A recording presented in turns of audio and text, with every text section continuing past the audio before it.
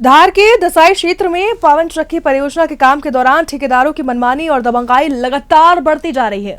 इसी कड़ी में एक ताजा मामला सामने आया है जिसने ग्रामीणों और किसानों के बीच आक्रोश को पैदा कर दिया है। दसाई ने के किसान शैलेंद्र पाटीदार ने गंभीर आरोप लगाया है और कहा है कि पवन चक्की लगाने वाली कंपनी के ठेकेदारों ने एग्रीमेंट वाले खेत में काम करते करते पड़ोसी खेत में बिना अनुमति घुसकर उनकी खड़ी लहसुन की फसल पर जेसीबी चलाई है, जिससे पूरे फसल को बर्बाद किया है।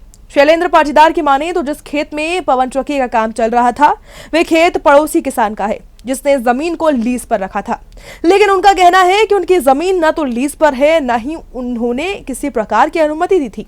इसके बावजूद ठेकेदारों ने खेत की सीमा लांघते हुए जेसीबी को सीधे उनके खेत में उतार दिया। किसान को इस घटना की जानकारी तब मिली जब फसल लगभग कुचल चुकी थी।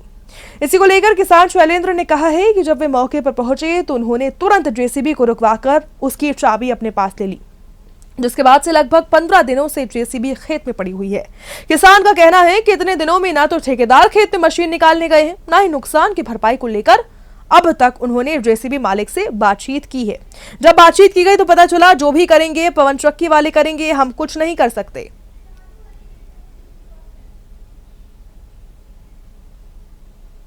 पवन चक्की वालों की क्या कहेंगे आप? ये बिना अनुमति से मेरे खेत में गाड़ी डाल दी है इन्होंने, कोई अनुमति ली न, क्या भी काम नहीं किया मेरे से। आप क्या चाहते हैं?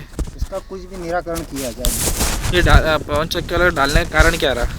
ये मैंने कोई ज़मीन हमीन कुछ भी लीज पे नहीं दी है, पड़ोसी ने ज़मीन लीज पे दी है बिना अनुमति से। कोई मेरी अनुमति ली, कुछ भी काम नहीं किया और मेरे खेत में गाड़ी डाल दी। आपको फ़ोन वगैरह कुछ लगाया था इनके द्वारा? कोई भी फ़ोन होन कुछ भी नहीं लगाया मेरे को। आज ये खेत में कितने दिन से रखी हुई जेसीबी? कम से कम 15 रोज हो गए।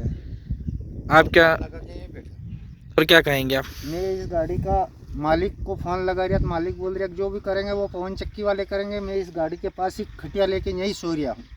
आज 15 रोज हो गए, मेरा कुछ भी निराकरण किया जाए। और पवन चक्की वाले ने 15 दिनों में आपसे बात करनी चाहिए? कोई भी नहीं, फ़ोन उठाते भी नहीं। और